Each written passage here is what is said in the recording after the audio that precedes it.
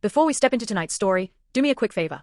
If you love slow burn mysteries, emotional thrillers, and stories that get under your skin and stay there long after the screen goes dark, hit subscribe right now. Turn on notifications so you never miss a story like this. Because this one unfolds quietly, but it doesn't let go.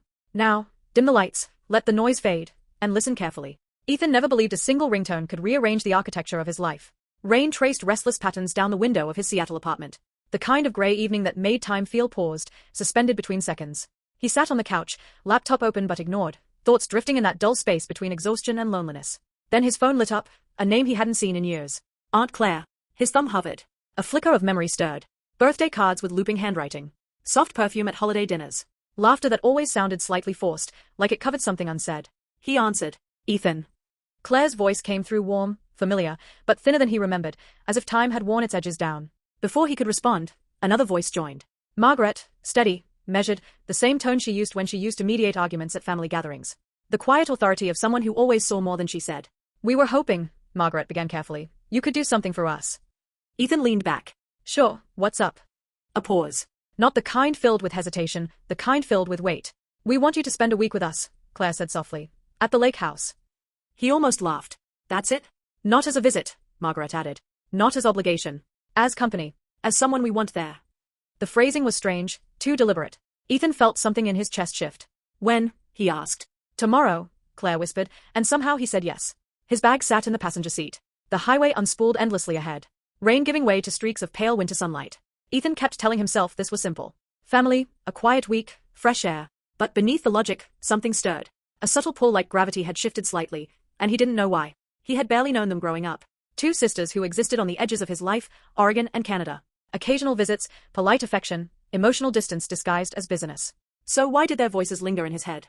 Why did the word need echo louder than it should? He saw it just after sunset, a house tucked between towering pines, windows glowing amber in the dusk. Smoke curled from the chimney.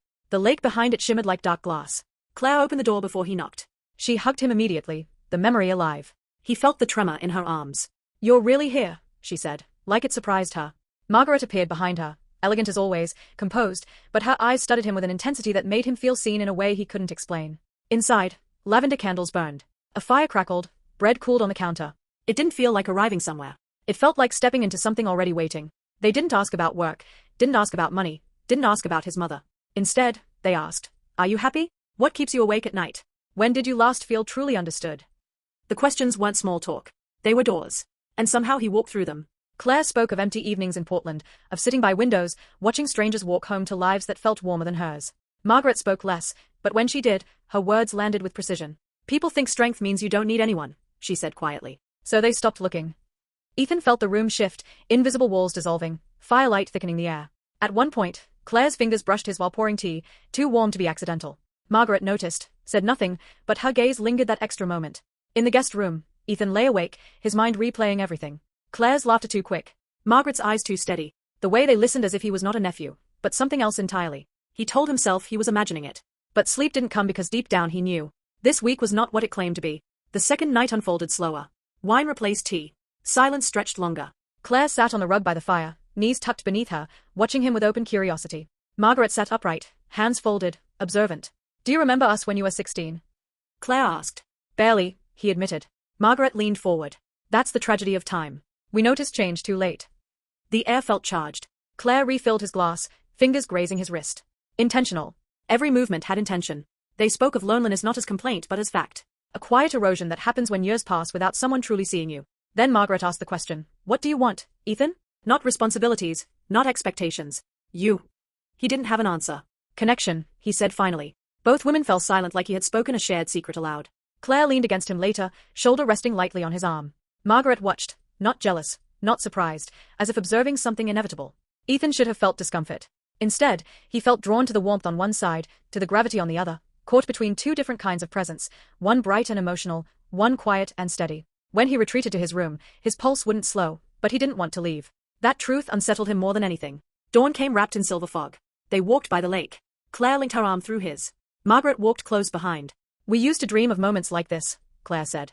Not the place, the feeling. Being understood. Margaret's voice followed. We didn't want another holiday of pretending. The mist enclosed them, the world shrinking to just the three of them. Claire stopped walking. We mean us together without roles. Ethan's voice faltered. Margaret stepped closer, voice soft.